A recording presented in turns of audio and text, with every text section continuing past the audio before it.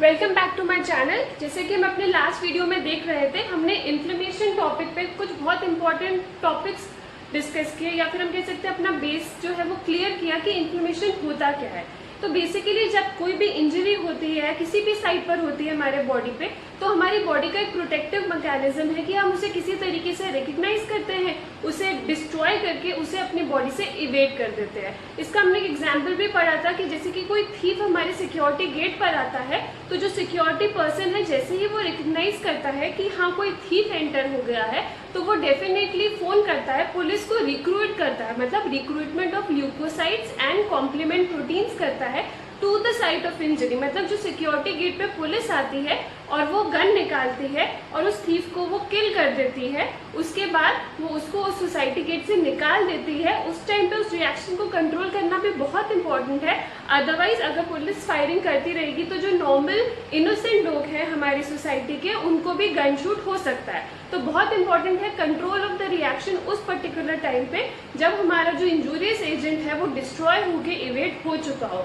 Similarly अगर हमारी body पे कहीं इंजरी होती है तो हमारी बॉडी का एक मैकेनिज्म होता है कि जो इंपॉर्टेंट सेल्स है या मॉलिक्यूल्स है वो उस साइड पर आए, उस एजेंट को किल कर दे और उसे हमारी बॉडी से निकाल दे और उस रिएक्शन को वहीं पे स्टॉप कर दे, कंट्रोल कर दे और उस साइड को रिपेयर कर दे। कंट्रोल करना क्यों इंपॉर्टेंट है? नहीं तो हमारे ल्यूकोसाइट जो है वो अपने मेडिएटर्स रिलीज करते रहेंगे, जो साइटोकाइन्स है वो अपना काम करते रहेंगे और एक पॉइंट ऑफ टाइम पे हमारी बॉडी को वो हार्म करने लगेंगे। ठीक है, तो सेल्फ हार्म होने लगेगा वो, या हम कह सकते हैं सिमिलरली ऑटोइम्यून डिजीजेस में क्या होता है कि हमारी बॉडी जो है वो रिकग्नाइज नहीं कर पाती है कि ये सेल्फ एंटीजन है, उसके अगेंस्ट वो रिएक्शन करती रहती है और फिर फाइनली हमारी ही बॉडी में एक डिजीज हो जाता है कॉल्ड एज ऑटोइम्यून डिजीज। तो बहुत इंपॉर्टेंट है कि हमारी बॉडी जो इतने अच्छे से प्रिपेयर्ड है किसी भी एजेंट को फाइट बैक करने के लिए, वो अपने स्टेप से चले, कोई भी स्टेप मिस ना हो और वो सेल्फ और जो फॉरेन है उसको डिफ्रेंशिएट कर पाए। तो ऐसे ही हम स्टार्ट करते हैं कि इन्फ्लेमेशन टॉपिक में सबसे इंपॉर्टेंट क्या है। तो मैंने बोला it is the response of vascularised tissues to injurious agent. Vascularised tissue से मैं बता सकती हूँ कि यहाँ पे ब्लड वेसल बहुत इंपॉर्टेंट होंगे। ब्लड वेसल इंपॉर्टेंट होने का क्या मतलब है कि जैसे ही साइट पर इंजरी हुई वहाँ पे ब्लड का बहुत इंपॉर्टेंट रोल है, क्योंकि ब्लड ही है जो हमारी बॉडी से जो सर्कुलेट हो रहे हैं सेल्स और मॉलिक्यूल्स उसको उस पर्टिकुलर साइट पर ला सके और उसको डिस्ट्रॉय कर सके। तो ब्लड कैसे अपना काम करेगा, उसके साथ ये सेल्स और मॉलिक्यूल्स कैसे अपना काम करेंगे, वही जो है बेसिकली हमारा एक कॉम्पोनेंट बनाता है इन्फ्लेमेटरी रिस्पॉन्स। ठीक है, तो मैंने आपको बताया वैस्कुलराइज्ड टिश्यू का रिस्पॉन्स जो है to the injurious agent which brings the cells and molecules, ठीक है, of the host defense, मतलब जो होस्ट इम्यूनिटी का बहुत इंपॉर्टेंट पार्ट है उसको सर्कुलेशन से साइड पर लेकर आ रहा है। कैसे ला रहा है? मैंने इसके लिए आपको एक निमोनिक बताया था, हम ट्राई करेंगे कुछ निमोनिक्स यूज करने का ताकि वो बहुत इजीली आपको याद हो जाए। तो डीपीएस मतलब वैसोडाइलेट करेगा, परमिबिलिटी इंक्रीज करेगा, उसके बाद स्टेसिस कर देगा। ठीक है, अब मैं आपको बताना चाहूंगी कि जैसे ही कोई इंजरी होती है तो डेफिनेटली फर्स्ट स्टेप हमारा बहुत ही ट्रांजिएंट वैसोकॉन्स्ट्रिक्शन होता है। ठीक है, किसी न्यूरोजेनिक मैकेनिज्म से, ठीक है, जो बहुत ही ट्रांजिएंट होता है, बट डेफिनेटली हम डीपीएस बोलते हैं क्योंकि जो मेन मैकेनिज्म है वो डायलेशन है। डायलेशन से हम इंक्रीज ब्लड फ्लो कर पाएंगे, इंक्रीज ब्लड फ्लो से इंक्रीज सेल्स और मॉलिक्यूल्स हमारे साइट ऑफ इंजरी पे आ जाएंगे।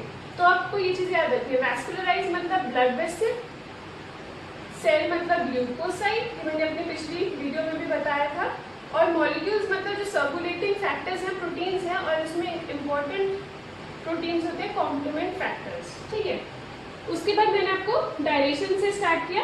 वैसोडाइलेशन, वैसोडाइलेशन का मोस्ट इंपॉर्टेंट मीडिएटर होता है हिस्टामिन। ये बहुत इंपॉर्टेंट क्वेश्चन है। ठीक है, नेक्स्ट आपका ये इंपॉर्टेंट है कि ये आर्टेरियोल्स को अफेक्ट करता है और इसका मैनिफेस्टेशन होता है एडिमा।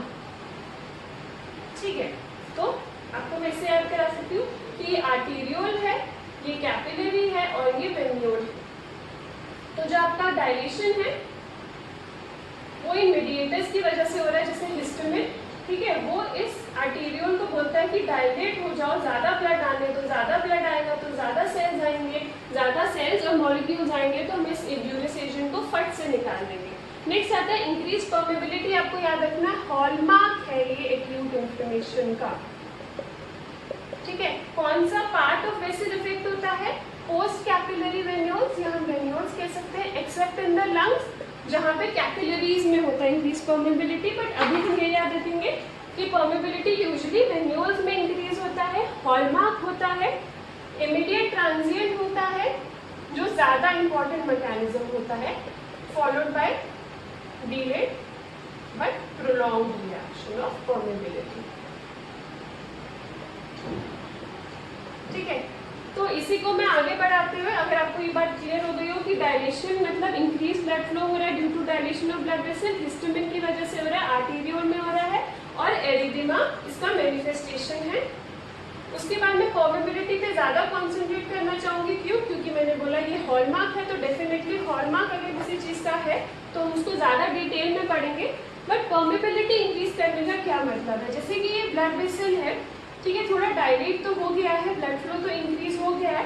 अब पहले मैं क्या करूँगी, एंडोथेलियल जो गैप्स है, ठीक है, ये एंडोथेलियल सेल्स हैं, ठीक है, इनके बीच का गैप थोड़ा बढ़ाना चाहूंगी। क्यों बढ़ाना चाहूंगी? क्योंकि मेरा पूरा का पूरा कॉन्सेंट्रेशन है कि मैं पुलिस को पुलिस स्टेशन से अपने सिक्योरिटी गेट पर ला सकूं। सिमिलरली सेल्स और मॉलिक्यूल जो फाइट करेंगे इस इंजूरियस एजेंट को, जैसे पुलिस थीफ को निकालती है, वैसे ये सेल्स और मॉलिक्यूल जो हमारे इस इंजूरियस एजेंट या थीफ को निकालेंगे, उसको हमें किसी तरीके से उस सिक्योरिटी गेट पे या साइट ऑफ इंजरी पे लेके आना है।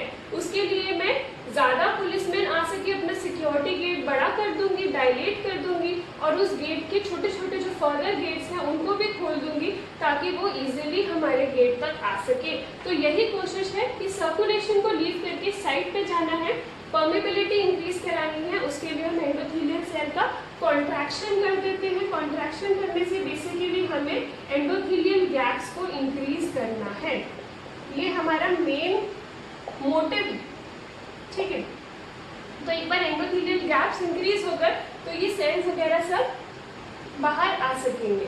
ठीक है, तो ये है परमेबिलिटी इंक्रीज करनी है। बट आप एक और चीज याद रखिए कि परमेबिलिटी इंक्रीज हो रही है तो आपके प्रोटीन्स भी बाहर आ रहे हैं, फ्लूइड्स भी बाहर आ रहे हैं। तो प्रोटीन रिच फ्लूइड टाइप का परमेबल फ्लूइड बाहर बन रहा है जिसको मैं कह सकती हूँ एक्सुडेट। तो क्या क्या इंपॉर्टेंट क्वेश्चंस हो गए? Increase permeability is the hallmark, venules में होता है, एक्सेप्ट इन द लंग्स जहाँ आपके कैपिलरीज में होता है, इमीडिएट ट्रांजिएंट और डिले प्रोलॉन्ग होता है। इमीडिएट ट्रांजिएंट एंडोथेलियल कॉन्ट्रैक्शन की वजह से जो हो रहा है वो बहुत इंपॉर्टेंट मैकेनिज्म है, मेन मैकेनिज्म है परमेबिलिटी इंक्रीज करने का। मेरा मोटिव एंडोथेलियल गैप्स को बढ़ाना है ताकि ज़्यादा प्रोटीन और फ्लूइड बाहर आ सके और उसको हम एक्सुडेट बोलते हैं। ठीक है, अब क्योंकि मैंने रोल ऑफ ब्लड वेसल की बात की तो मैं डेफिनेटली रोल ऑफ लिम्फेटिक्स की भी यहाँ पे बात करना चाहूँगी। ठीक है, रोल ऑफ ब्लड वेसल की बात कर रहे हैं तो क्यों ना लिम्फेटिक्स की भी वहीं पर बात कर ले। तो रोल ऑफ लिम्फेटिक्स क्या है? ठीक है, इसके लिए हमें थोड़ा पैथोफिजियोलॉजी समझना पड़ेगा। जैसे हमारा ब्लड वेसल है, इसके अंदर होता है हाइड्रोस्टेटिक प्रेशर। ठीक है, हाइड्रोस्टेटिक प्रेशर, और बाहर होता है ऑन्कोटिक प्रेशर प्लाज्मा प्रोटीन्स की वजह से। तो ये बहुत ही माइल्ड सा डिफरेंस होता है दोनों प्रेशर में। हाइड्रोस्टेटिक प्रेशर थोड़ा सा ज़्यादा होता है जिसकी वजह से बहुत नॉर्मल वेसल के अंदर बहुत थोड़ा सा सीपेज ऑफ फ्लूइड होता है और वो जो फ्लूइड है वो सर्कुलेशन में वापस लाने के लिए हेल्प करता है हमारा लिम्फेटिक्स। बट अगर कोई इन्फ्लेमेटरी कंडीशन है तो इसमें जो है फ्लूइड हमारी परमेबिलिटी इंक्रीज होने की वजह से और ब्लड वेसल डायलेट होने की वजह से जो हाइड्रोस्टेटिक प्रेशर इंक्रीज हो रहा था, फ्लूइड बाहर आने वाला जो एक्सीडेट है बहुत ज़्यादा बढ़ जाता है। लिम्फेटिक्स उतना सारा बैक इनटू सर्कुलेशन नहीं ला पाती बट ट्राई करती है। उस ट्रायल के अंदर ये जो है प्रोलिफरेट करती है, अपनी तरफ से बहुत ट्राई करती है कि हम भी हेल्प करें, हम भी इस फ्लूइड को एक्यूमुलेट होकर एडिमा ना करने का कोशिश करें। तो उसकी वजह से वो डेफिनेटली लिम्फेंजाइटिस मतलब प्रोलिफरेशन ऑफ लिम्फेटिक वेसल्स करती है और इसी चक्कर में लिम्फेडिमा भी हो जाता है। बट क्या होता है, भले ही इतना प्रोलिफरेट करे बट फिर भी इतना सारा बैक इनटू सर्कुलेशन इन्फ्लेमेशन नहीं आ पाता है, इसलिए फ्लूइड थोड़ा तो एक्यूमुलेट हो ही जाता है। ठीक है, हमने रोल ऑफ लिम्फेटिक्स भी पढ़ लिया है। तो डीपीएस के अंदर हमने थर्ड जो हमारा स्टेसिस है, स्टेसिस क्यों हो रहा है आरबीसीज का, इसके लिए आप याद रखेंगे कि जो ब्लड वेसल है, पहले जो है फ्लूइड बहुत ज़्यादा था जिसमें अपना आरबीसीज आराम से मजे में घूम रहे थे, पर जैसे ही फ्लूइड बाहर चला गया, ठीक है, जो अंदर फ्लूइड बचा था वो थोड़ा कम हो गया, इसलिए जो आरबीसी कॉन्सेंट्रेशन, ये भी इम्पोर्टेंट है, वो इंक्रीज हो गया। इसकी वजह से विस्कोसिटी ऑफ ब्लड भी इंक्रीज हो गई है। तो हम स्टेसिस को क्या बोलते हैं, हम बोलते हैं engorgement of small blood vessels with slowly moving RBCs। तो इसके लिए मतलब है ब्लड वेसल engorged है, बट जो आरबीसी है वो बहुत स्लो मूव कर रहे हैं, उसको ही हम स्टेसिस बोलते हैं। तो इसमें तो आपको कोई डाउट नहीं होगा। तो हमने रोल ऑफ ब्लड वेसल्स पढ़ लिया है, रोल ऑफ लिम्फेटिक्स पढ़ लिया है, और हमने ये तीनों का इम्पोर्टेंस समझने का कोशिश किया है कि कैसे ब्लड वेसल्स, सेल्स और मॉलिक्यूल्स तीनों मिलकर इन्फ्लेमेशन करते हैं और इंजूरियस एजेंट को हटा देते हैं। नेक्स्ट हमने पढ़ा था कि हमें पुलिसमैन को साइट ऑफ इंजरी या फिर सिक्योरिटी गेट पे लेके आना है। तो रिक्रूटमेंट तो बहुत इम्पोर्टेंट है। किस चीज का रिक्रूटमेंट, अभी तो हम डेफिनेटली ल्यूकोसाइट्स का रिक्रूटमेंट पढ़ते हैं। इसके लिए भी एक निमोनिक है, बहुत अच्छा निमोनिक तो नहीं है, बट स्टिल MRI ना होके MRA है। M से मार्जिनेशन ऑफ ल्यूकोसाइट्स है, R से रोलिंग है, A से एडिशन है। तो आप मार्जिनेशन समझ सकते हैं कि जो ल्यूकोसाइट्स थे वो अपना मस्त एंडोथेलियम के बिल्कुल पास पास आके मार्जिनेट होते हैं, पेरिफेरी पे ऑर्गेनाइज हो जाते हैं, क्योंकि उनको पता है, पुलिस को फोन आ चुका है, उनको बता दिया गया कि हाँ अभी हमें अपने पुलिस स्टेशन से निकल के साइट ऑफ इंजरी पे पहुंचना है, इसलिए वो अपना कोने में आके मार्जिनेट हो जाते हैं। रोलिंग, ठीक है, रोलिंग मतलब यही ल्यूकोसाइट्स इस एंडोथेलियम के साथ एक वीक इंटरैक्शन बनाते हैं और रोल करते हैं। किसकी हेल्प से करते हैं, बहुत इंपॉर्टेंट है, सिलेक्टिंग मॉलिक्यूल्स। इनको क्या बोलते हैं, these are the complementary adhesion molecules which help in forming weak interaction between leukocytes and endothelium so that they are able to roll along the endothelium। और उस टाइम में जितने में ये रोल कर रहे हैं, they are getting some time to form a very strong bond in between the leukocyte and the endothelium। वो very strong bond कौन बनाता है, इंटीग्रिन्स बनाते हैं। तो सिलेक्टिन और इंटीग्रिन दोनों ही कॉम्प्लीमेंट्री एडिशन मॉलिक्यूल्स हैं। सिलेक्टिन रोलिंग में हेल्प कर रहा है, उतने में इंटीग्रिन जो है वो एक बहुत स्ट्रॉन्ग बॉन्ड बनाने की कोशिश कर रहे हैं। और ये स्ट्रॉन्ग बॉन्ड कैसे बनता है मैं आपको बताती हूँ। इंटीग्रिन जो होते हैं नॉर्मली लो एफिनिटी स्टेट में होते हैं, किस पे होंगे, अलोंग, मतलब किस पे होंगे, ल्यूकोसाइट्स के ऊपर होंगे, ठीक है, और इनको हाई एफिनिटी पे ले जाना है। तो पूरी बॉडी हमारी लग चुकी है कि इनको हम एक्टिवेट कर दे। तो इस सिचुएशन को हम फनी तरीके से ले सकते हैं कि जो पुलिसमैन है वो आ तो गए हैं, बट उनको हम हेल्प कर रहे हैं कि वो पुलिस गेट को चीर कर बाहर आ सके, ठीक है। मे बी वो सो रहे हैं, मे बी वो इतने एक्टिव नहीं है, तो उनको हम पानी डाल के जगा रहे हैं, उनको हाई एफिनिटी स्टेट में कन्वर्ट कर रहे हैं।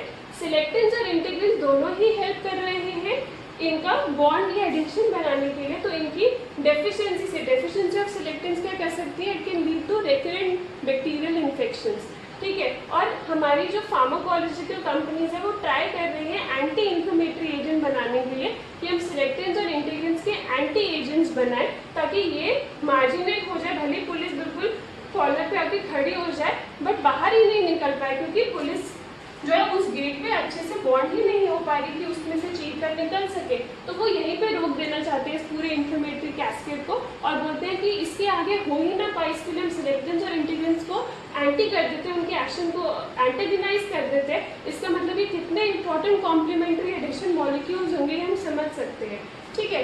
तो low affinity to high affinity state में कन्वर्ट कर देते हैं।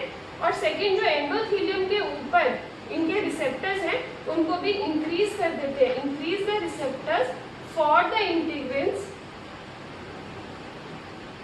ऑन एंडोथेलियल सेल्स या फिर ऑन एंडोथेलियम, ठीक है। एक बार ये हो जाए, एक स्ट्रॉन्ग बॉन्ड बन जाए, बहुत स्ट्रॉन्ग बॉन्ड बन जाए इनके बीच में, मतलब एंडोथेलियम और ल्यूकोसाइट के बीच में। तो फिर ये ल्यूकोसाइट क्या करते हैं, बहुत इंपॉर्टेंट है, कोलाजेनेज रिलीज करते हैं, क्योंकि यहीं पे बेसमेंट मेम्ब्रेन भी है जिसको चीरते हुए उनको बाहर आना है। तो कोलाजन बहुत इंपॉर्टेंट कंपोनेंट है बेसमेंट मेम्ब्रेन का, तो वो मेटालोप्रोटीनेसिस, ये टर्म आप याद रखिए, मेटालोप्रोटीनेसिस या फिर कोलाजेनेसिस रिलीज करते हैं to pierce the basement membrane and come out of the endothelium या फिर ब्लड वेसल। एक बार ये वो बाहर आ गए, ठीक है, एक बार ये वो बाहर आ गए हैं, ब्लड वेसल से तो बाहर आ गए हैं, बट इनको अब जाना है to the site of injury. इसके लिए एक मैकेनिज्म है कॉल्ड एज कीमोटैक्सिस। कीमो मतलब केमिकल, टैक्सिस मतलब मूवमेंट, मतलब केमिकल ग्रेडियंट के अलाउंग जो मूवमेंट हो रही है उसको हम बोल देते हैं कीमोटैक्सिस। ये यूनिडायरेक्शनल है। यूनिडायरेक्शनल क्यों है, रैंडम तो नहीं है, रैंडम होता तो बेचारी पुलिस आती, उसको अजीब अजीब सिग्नल मिल रहे होते, वो कहीं भी जाती, बट बेचारी सिक्योरिटी गेट पे नहीं पहुंच पाती। तो ये बहुत स्पेसिफिक है, यूनिडायरेक्शनल है, सीधे सीधे टॉर्च मारते हुए अपनी ही साइड पर लेके जा रहा है सिक्योरिटी गेट उसको, सॉरी सिक्योरिटी पर्सन उसको। तो ये यूनिडायरेक्शनल है, केमिकल इंग्रेडिएंट के अलॉन्ग रन करती है। एंडोजीनस फैक्टर्स भी इसमें इन्वॉल्व हो सकते हैं और एक्सोजीनस भी इन्वॉल्व हो सकते हैं। तो कीमोटैक्सिस हम देखते हैं, ठीक है। मेन तो ऑब्वियसली एंडोजेनस फैक्टर्स के बारे में बात करेंगे, एक्सोजेनस तो क्या ही है, बैक्टीरियल प्रोडक्ट्स है, ठीक है। अब एक्सोजेनस में इंपॉर्टेंट है साइटोकाइन्स, एराकिडोनिक एसिड मेटाबोलाइट्स और कॉम्प्लीमेंट फैक्टर्स, ठीक है। तो ये कौन सा इंटरल्यूकिन 8 है, ठीक है। कॉम्प्लीमेंट क्या है आपका C5a है और ये ल्यूकोट्राइन B4 है। ये बहुत ही इंपॉर्टेंट है, सबसे इंपॉर्टेंट है, लेकिन अगर मैं मुझे सबसे इंपॉर्टेंट कॉम्प्लीमेंट फैक्टर कौन सा है, C5 है, बट मोस्ट इंपॉर्टेंट एंडोजेनस या मोस्ट इंपॉर्टेंट कीमोकाइन बोलूँ तो ल्यूकोट्राइन B4 है। इससे आप एराकिडोनिक एसिड मेटाबोलाइट्स का इंपॉर्टेंस समझ सकते। तो एक बार ये कीमोटैक्सिस भी हो चुकी है और ये साइट ऑफ इंजरी पे पहुंच गए हैं। साइट ऑफ इंजरी पे पहुंचने के बाद, इनफैक्ट उससे पहले हम एक और चीज पढ़ना चाहेंगे, इनेट इम्यूनिटी की कुछ डिजीजेस पढ़ना चाहेंगे, क्योंकि मैंने बोला सिलेक्टेंस और इंटीग्रेंस इतने इंपॉर्टेंट है, जो एडिशन स्टेप है वो इतना इंपॉर्टेंट है, तो डेफिनेटली उससे कुछ डिजीजेस भी निकल सकते हैं। जैसे मैंने बोला हम रिक्रूटमेंट ऑफ ल्यूकोसाइट्स में 3 स्टेप पढ़ रहे थे, MRA, ठीक है, मार्जिनेशन, रोलिंग एंड एडिशन। तो हमने पढ़ा था कि रोलिंग जो है सिलेक्टेड मॉलिक्यूल की वजह से है और जो एडिशन है वो इंटीग्रिन मॉलिक्यूल की वजह से है। तो पहले ये जो है ल्यूकोसाइट्स को रोल कराता है, उतने टाइम में इंटीग्रिन्स को टाइम मिल जाता है ताकि वो एक स्ट्रॉन्ग बॉन्ड बना के इंटीग्रिन्स जो है पूरा एडिशन करा सके, ठीक है। लेकिन अगर इनमें से किसी में भी डिफेक्ट होगा तो क्या होगा, ल्यूकोसाइट एडिशन डिफेक्ट। ल्यूकोसाइट मतलब क्योंकि ल्यूकोसाइट को ही ब्लड वेसल के एंडोथेलियम के साथ बाइंड करना था तो ये डिफेक्ट हो जाएगा। बट इनमें से कौन सा मॉलिक्यूल डिफेक्टिव है उसके बेसिस पे इसने डिवाइड कर दिया टाइप 1 एंड टाइप 2। तो इनके बारे में डिटेल में पढ़ने के लिए हमें थोड़ा सिलेक्टेंस के बारे में इतना जानना होगा कि ये 3 टाइप का होता है, ठीक है, depending on the site where they are located.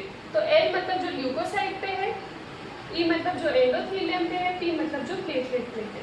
तो आप देख सकते हैं कि LAT2 जो है टाइप 2 वो सिलेक्टिन की डेफिशिएंसी की वजह से है, और LAT1 जो है आप ऐसे कर सकते हैं 1 और I जो है वो 1 जैसा ही दिखता है। तो इंटीग्रिन की डेफिशिएंसी की वजह से LAT1 होता है, सिलेक्टिन की डेफिशिएंसी की वजह से या डिफेक्ट की वजह से, डेफिशिएंसी नहीं बोलूँगी, डिफेक्ट की वजह से LAT1 इंटीग्रिन डिफेक्ट, सिलेक्टिन की वजह से LAT2 डिफेक्ट। इसके लिए हम पहले इसका टाइप समझेंगे, बीटा 1 बीटा 2, डिपेंडिंग ऑन कौन सी चेन लोकेटेड है उस इंटीग्रिन पर। तो बीटा 1 मॉलिक्यूल्स को बोलते हो VLA मॉलिक्यूल्स, ये ल्यूकोसाइट के ऊपर है क्योंकि इनको एंडोथेलियम के साथ बाइंड होना है। तो एंडोथेलियम पे जो इसके लाइगेंड्स है वो है बीकैम लाइगेंड्स, ठीक है, क्योंकि अभी ल्यूकोसाइट पे भी कोई रिसेप्टर होगा और इस एंडोथेलियम पे भी रिसेप्टर होगा। इनको बोलते हैं VLA मॉलिक्यूल्स, इनको बोलते हैं बीकैम मॉलिक्यूल्स। बीटा 1 इंटीग्रिन्स होते हैं LFA1, MAP1 इंटीग्रिन्स, और ये किसके साथ बाइंड होते हैं, जो एंडोथेलियम के ऊपर लाए ICAM। तो इसमें से कोई भी डिफेक्टिव हो, VLA मॉलिक्यूल्स डिफेक्टिव हो, LFA1 डिफेक्टिव हो, MAC1 डिफेक्टिव हो, कुछ भी डिफेक्टिव हो, तो फाइनली आपका एडिशन सफर करेगा। ठीक है, तो अभी जो मैं बोल रही हूँ LAT1 इंटीग्रिन की वजह से डिफेक्टिव है, वो कौन सी इंटीग्रिन की वजह से डिफेक्टिव है? β2 इंटीग्रिन, मतलब LFA1 और MAC1 का डिफेक्ट है। ठीक है, इसको आप ऐसे देख सकते हो कि β2 इंटीग्रिन के β2 चेन बनाने के लिए CD18 मॉलिक्यूल रिक्वायर्ड होता है जो डेफिशिएंट होता है। So deficiency of CD18 molecule required for the β2 chain synthesis, और you can say for the formation of β2 integrin that is LFA1 MAC1 is defective in LAD type 1 और leukocyte adhesion defect type 1। ऐसे ही selectin में क्या defect है? Leukocyte का defect है, तो leukocyte के ऊपर ही कोई रिसेप्टर होगा। कौन सा रिसेप्टर? सियालिन लुईस ग्लाइकोप्रोटीन होता है। ठीक है, जिसको जाके आपके एंडोथेलियम के साथ बाइंड होना होता है और मतलब ई सिलेक्टिन के साथ बाइंड होना होता है। तो अब इसको ऐसे याद रख सकते हैं कि पुलिसमैन या फिर जो ल्यूकोसाइड है, यहाँ पे तो हम ल्यूकोसाइड की बात कर रहे हैं बट एवरीवेयर हम कंपेयर कर रहे हैं। तो सपोज जो पुलिसमैन है उसको बोला गया है कि तुम ये पर्टिकुलर बैच पहन के आना, ठीक है, जिससे आप रिकग्नाइज हो जाओ और आपको उस वैन में बिठा के सोसाइटी के गेट पे लाया जाए। बट सपोज वो पुलिसमैन का बैच जो है उसका जो फर्स्ट लेटर है वो डिफेक्टिव हो जाता है, तो उसको रिकग्नाइज ही नहीं किया जाएगा, उसको वैन में बिठाया ही नहीं जाएगा। जब पुलिसमैन वैन में नहीं बैठ पाएंगे तो वो साइट ऑफ इंजरी पे कैसे जाएंगे? सिमिलरली ल्यूकोसाइड का जो सरफेस रिसेप्टर है सियालिन लुईस, वो डिफेक्टिव होता है। क्यों होता है? क्योंकि इसको बनाने के लिए एक एंजाइम रिक्वायर्ड होता है फ्यूकोसाइल ट्रांसफरेज। तो ये एंजाइम की डेफिशिएंसी की वजह से जिसको फ्यूकोस रेसिड्यूज लगा के इस प्रोटीन ड्रॉपलेट्स के साथ बाइंड करके ये रिसेप्टर बनाना होता है, जिसको ई सिलेक्टिन या एंडोथेलियम के साथ बाइंड होना था, वही नहीं हो पाता तो एडिशन नहीं होगा। उसकी वजह से होगा leukocyte adhesion deficiency defect type 2। अब इसको भी हमें पढ़ना पड़ेगा कि कौन LAD1 और LAD2 में क्या डिफरेंस होता है। ठीक है, दोनों ही बहुत इंपॉर्टेंट है। तो LAD1 LAD2, ठीक है, LAD1 भी ऑटोसोमल रेसेसिव है, LAD2 भी ऑटोसोमल रेसेसिव है। दोनों में एडिशन डिफेक्ट है, ल्यूकोसाइड्स एडिशन ही नहीं हो पा रही एंडोथेलियम से, तो वो डायपेटिसिस के थ्रू बाहर कैसे निकलेंगे, साइट ऑफ इंजरी पे कैसे पहुंचेंगे और सेल को किल कैसे करेंगे? तो दोनों में ही रिकरेंट इन्फेक्शंस हैं। ठीक है, इसमें भी रिकरेंट इन्फेक्शंस हैं और ये इंटीग्रिन की वजह से है और ये सिलेक्टिन्स की वजह से। अब इंपॉर्टेंट क्वेश्चंस आते हैं। इसमें होता है डिलेड अम्बिलिकल कॉर्ड सेपरेशन, ये बहुत इंपॉर्टेंट क्वेश्चन है। ठीक है, डिलेड अम्बिलिकल कॉर्ड सेपरेशन। और इसमें क्या क्वेश्चन पूछा जाता है? इसमें पूछा जाता है कि ये बॉम्बे ब्लड ग्रुप के साथ एसोसिएटेड है और इसमें मेंटल रिटार्डेशन होती है। तो ये इंपॉर्टेंट क्वेश्चंस है कि delayed umbilical cord separation is seen in LAD type 1 और leukocyte adhesion defect type 1 which is caused by defect in integrin and that too due to beta 2 integrin, that is LFA1 and MAC1, which is caused due to defect in CD18 molecule required for the synthesis of beta 2 chain of integrins। तो ये leukocyte addition ही नहीं कर पाते हैं, क्योंकि addition नहीं हो रहा है तो इन्फ्लेमेशन कैसे होगा? इन्फ्लेमेशन नहीं होगा तो प्रोटेक्शन नहीं हो पाएगा। LAD2 में पूछते हैं कि बॉम्बे ब्लड ग्रुप के साथ एसोसिएटेड है, सिलेक्टिव मॉलिक्यूल की वजह से हो रहा है, मेंटल रिटार्डेशन होता है इसके अंदर। ठीक है, और इन दोनों में ही रिकरेंट इन्फेक्शंस है और इन दोनों में ही ये दोनों ही ऑटोसोमल रिसेसिव डिफेक्ट्स हैं। ठीक है, अब हम इसका नेक्स्ट स्टेप पढ़ रहे थे तो हमने ये पढ़ा था कि एक बारी ल्यूकोसाइड जो है एंडोथेलियम के साथ बाइंड हो जाए तो वो पियर्स करता है बेसमेंट मेम्ब्रेन को विद द हेल्प ऑफ कोलाजिनेज और बाहर आ जाता है। इस बाहर आने के स्टेप को बोलते हैं डायटेडिसेस। ये बहुत इंपॉर्टेंट है, इसको हम ट्रांसमाइग्रेशन भी बोलते हैं। ठीक है, और इसमें जो मॉलिक्यूल यूज होता है वो होता है CD31 और पीकैम मॉलिक्यूल। ठीक है, अगर इनका डिफेक्ट होगा तो एक और इनेट इम्यूनिटी डिफेक्ट होगा, उसमें भी रेकरेंट इन्फेक्शंस होंगे। तो किसी भी कंपोनेंट पे जहाँ पे हम देख रहे हैं, चाहे वो रोलिंग में हो, चाहे वो स्ट्रॉन्ग एडिशन में हो, चाहे वो इन मेटालोप्रोटीनेसिस की डिफेक्ट की वजह से, डेफिशिएंसी की वजह से हो, या फिर CD31 पीकैम मॉलिक्यूल की डिफेक्ट की वजह से हो, इन सब में कॉमन क्या रहेगा, बेसिकली रेकरेंट इन्फेक्शंस होंगे। ठीक है, डायबिटिस और ट्रांसमाइग्रेशन ड्यू टू CD31 और पीकैम मॉलिक्यूल। उसके बाद हमने देखा था एक बार वो डायबिटिस या ट्रांसमाइग्रेशन करके बाहर आ जाए तो वो कीमोटैक्सिस के थ्रू साइट ऑफ इंजरी पे पहुंच जाते हैं। कीमोकाइंस में हमने इंपॉर्टेंट चीज पढ़ी थी, एंडोजिनस और एक्सोजिनस टाइप्स पढ़े थे। एंडोजिनस इंपॉर्टेंट थे, उसमें ल्यूकोट्राइन B4 बहुत इंपॉर्टेंट था, C5A भी इंपॉर्टेंट था। एक बार ये बाहर आ गए तो ये कैसे साइट ऑफ इंजरी पे पहुंचते हैं, यूनिडायरेक्शनल मूवमेंट होता है, कैसे पहुंचते हैं, G प्रोटीन कपल रिसेप्टर के थ्रू। ठीक है, G protein couple receptors activate हो जाते हैं, ल्यूकोसाइट्स के ऊपर होते हैं, वो एक बार एक्टिवेट हो जाए तो वो एक्टिन पॉलीमराइजेशन कराते हैं और ये जो माइक्रोट्यूब्यूल्स हैं वो इसकी मूवमेंट में हेल्प करते हैं। और वो फाइनली जैसे कि एक वॉचमैन जो है पुलिस को सिग्नल दे रहा हो, टॉर्च मारा, उस टॉर्च को फॉलो करते करते पुलिस ने अपनी हेडलाइट जलाई, G प्रोटीन कपल रिसेप्टर्स को एक्टिवेट किया, एक्टिन पॉलीमराइजेशन हो गया, व्हील भी उसी तरफ मुड़ गए और जैसे जैसे गाड़ी के व्हील्स मूव करते हैं वैसे एक्टिन पॉलीमराइजेशन या फिर पॉलीमराइज एक्टिन फिलामेंट्स मूव करते हैं to the site of injury. एक बार वो साइट ऑफ इंजरी पे पहुंच गए हैं, अब हमें किसी तरीके से गन शूट करना है और बेसिकली हमें उस एजेंट को या थीफ को या फॉरेन इंजूरियस एजेंट को डिस्ट्रॉय कर देना है। अब कैसे डिस्ट्रॉय कर देंगे, वो है फैगोसाइटोसिस। फैगोसाइटोसिस में क्वेश्चन पूछा जाता है कि this term was coined bye, तो आंसर है मेचनिकॉफ। इसका निमोनिक याद रख सकते हैं कि जब मैच नहीं हुआ तो उसको ऑफ कर दिया। सिमिलरली फैगोसाइटोसिस में क्या होता है, जब सेल इंजर्ड हो जाता है, हमारे यूज में नहीं आता तो उसको किल कर दिया जाता है, उसको फैगोसाइटोस किया जाता है। तो सिमिलरली मैच नहीं हुआ तो ऑफ कर दिया। Metchnikoff was the one who coined the term phagocytosis.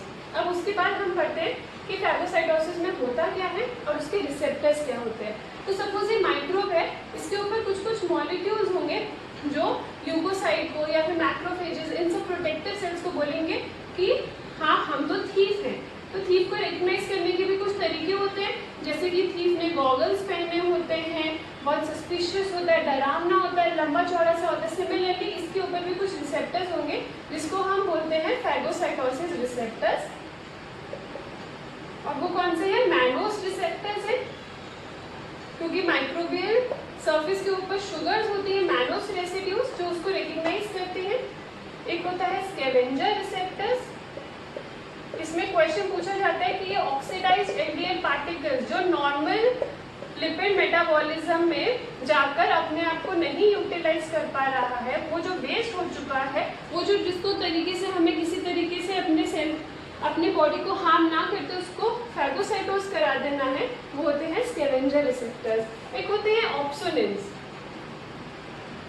अब ऑप्सोनिन्स बहुत इंपॉर्टेंट टॉपिक है। क्यों इंपॉर्टेंट टॉपिक है, तो इसको आप ऐसे याद रख सकते हैं कि खाने में धनिया। इसका क्या मतलब है कि सपोज आपकी दाल में धनिया होगा तो आप उसको फटफट से खा लोगे। सिमिलरली अगर आपके पर्टिकुलर माइक्रोब के ऊपर कुछ ऐसे मॉलिक्यूल्स होंगे जो उसको बहुत अट्रैक्टिव बना देंगे या फिर उसको बहुत एडिबल बना देंगे, हमारा खाने का मन कर जाएगा, उनको बोलते हैं ऑप्सोनिन्स। ठीक है, अब ये क्वेश्चन पूछा जाता है कि ये ऑप्सोनिन्स कौन से इंपॉर्टेंट ऑप्सोनिन्स हैं। ठीक है, तो ऑप्सोनिन्स या ऑप्सोनाइजेशन, ठीक है, ये कौन से होते हैं, एक होता है C3b, इंपॉर्टेंट है। ठीक है, और आपका होता है FC पार्ट ऑफ इम्यूनोग्लोबुलिन या FC पार्ट ऑफ एंटीबॉडी। ठीक है, और होते हैं जो प्रोटीन्स होते हैं जैसे फिब्रिनोजन,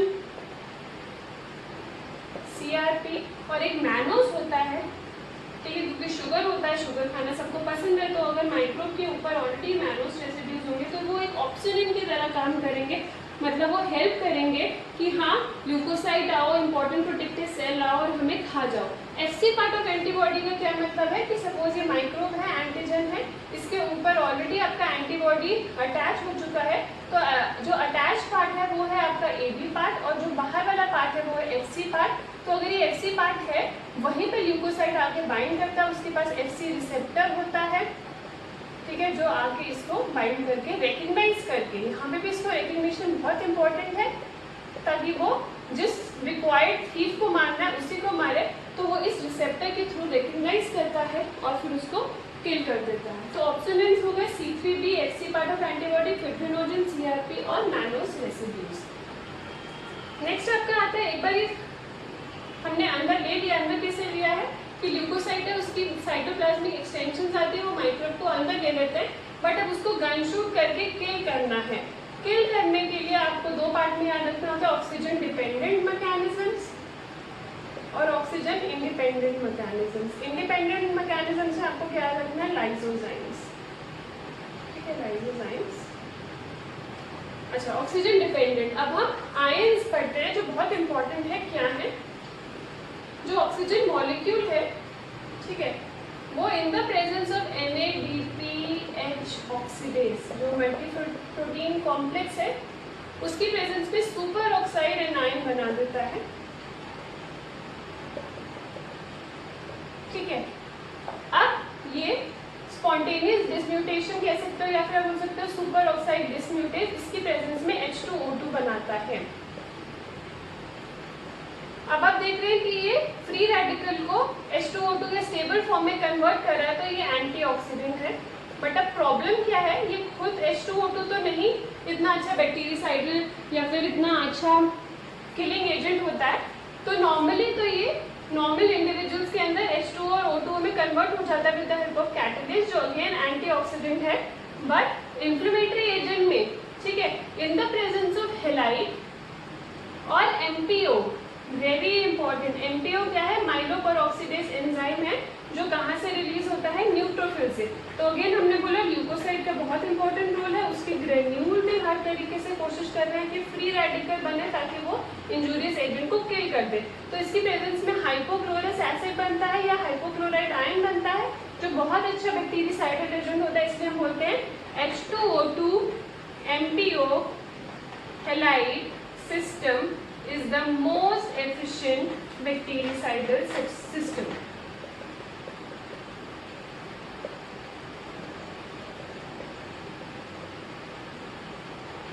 ठीक है, ऐसे ही रिएक्टर नाइट्रोजन स्पीशीज होती है, ठीक है, जो NO होता है वो in the presence of super oxide ion आपका परऑक्सीनाइट्राइड बना देता है।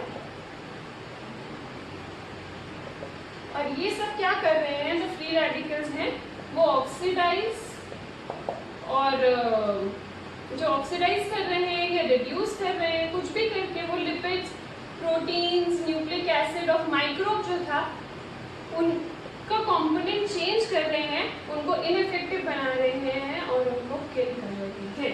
ठीक है, तो ऑक्सीजन डिपेंडेंट मैकेनिज्म है, MPO halide, H2O2 MPO halide system most efficient bactericidal system है। परऑक्सीनाइट्राइड भी फ्री रेडिकल है जो इंजरी करेगा, एक पॉइंट ऑफ टाइम तक तो हेल्प करेगा, लेकिन अगर एक्सेस हो जाएगा तो फ्री रेडिकल इंजरी कर देगा, जो हार्मफुल हो जाएगा। तो भैया हर चीज को आपको सही लेवल पे कंट्रोल करना है। नेक्स्ट मैंने बोला था ऑक्सीजन इंडिपेंडेंट मैकेनिज्म में एंजाइम्स बोला था। एंजाइम्स में क्या इंपॉर्टेंट है, फिर मैं न्यूट्रोफिल पे आऊंगी, मेरा फेवरेट है ल्यूकोसाइड न्यूट्रोफिल। तो उसके ऊपर ग्रेन्यूल्स होते हैं, primary, secondary, tertiary. Primary secondary के हम मोस्टली पढ़ते हैं प्राइमरी या एजिरोफिलिक एंड सेकेंडरी। MPO कभी नहीं भूलना, बहुत इंपॉर्टेंट है क्योंकि यही एफिशिएंट बैक्टीरियासाइडल सिस्टम को इंड्यूस कर रहा था। और क्या होंगे, निमोनिक याद रख सकते हैं, ABCDE MP। MP मतलब माइलोपेरोक्सीडेज और प्रोटीनेज 3। A से क्या है, एसिड हाइड्रोलिसिस। B से बैक्टीरियासाइडल एंजाइम। C से कैथाप्सिन G। D से डिफेंसिन। E से इलास्टिस। हम देख रहे थे कि सेकेंडरी ग्रेन्यूल्स का निमोनिक है फल। ठीक है, तो P से क्या है, प्लाज्मिनोजन एक्टिवेटर। P से है प्लाज्मिनोजन एक्टिवेटर। H से हिस्टामिनेज। A से अल्कलाइन फॉस्फेटेज। और ऐसे लाइसोजाइम और लैक्टोफेरिन। ठीक है, इसमें इंपॉर्टेंट है ये वाले। ठीक है, और इसके अंदर सबसे इंपॉर्टेंट है माइलोपेरोक्सीडेज एंड प्रोटीनेज 3। ठीक है, एक और इसके साथ हम पढ़ते हैं neutrophil extra cellular traps. Neutrophil extra cellular traps, इसका मतलब न्यूट्रोफिल्स के साथ एसोसिएटेड है और एक्स्ट्रा सेलुलर है। ठीक है, एक्स्ट्रा सेलुलर क्या होते हैं, क्रोमैट मतलब नेटवर्क होता है ये बेसिकली क्रोमैटिन का, जिसके ऊपर बहुत सारे ग्रेन्यूल्स होते हैं और ये भी हेल्प करते हैं इन killing of the foreign agent या फिर इंजूरियस एजेंट। तो आप देख सकते हैं न्यूट्रोफिल हर तरीके से कोशिश कर रहा है, उसको रिकग्नाइज कर रहा है, लाइसोसोमल एंजाइम्स रिलीज कर रहा है, हर प्रोसेस को एक्टिवेट कर रहा है। तो न्यूट्रोफिल्स कितने इंपॉर्टेंट है। ठीक है, अब इसमें आप याद कर सकते हैं कि ये बेसिकली एक्स्ट्रा सेलुलर मेशवर्क होता है, प्लेटलेट एक्टिवेशन की रिस्पॉन्स में बनता है।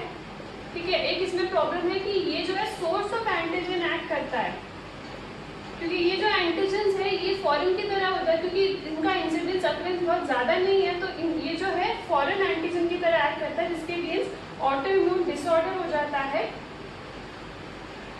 Example SLE। ठीक है, अब न्यूट्रोफिल में एक और चीज़ देखेंगे कि जब ल्यूकोसाइट रिक्रूटमेंट हो रही थी तो अब तो 24 आवर्स न्यूट्रोफिल्स थे, उसके बाद फॉलोड बाय मतलब जो थे मोनोसाइट्स बन रहे थे टिश्यूज के अंदर। तो यही जानना चाहते हैं कि न्यूट्रोफिल्स पहले इतने ज़्यादा नंबर में क्यों आते हैं। क्योंकि ये maximum in concentration in blood होते हैं। ठीक है, ये जो है एडिशन मॉलिक्यूल्स के साथ बहुत अच्छी एफिनिटी दिखाते हैं।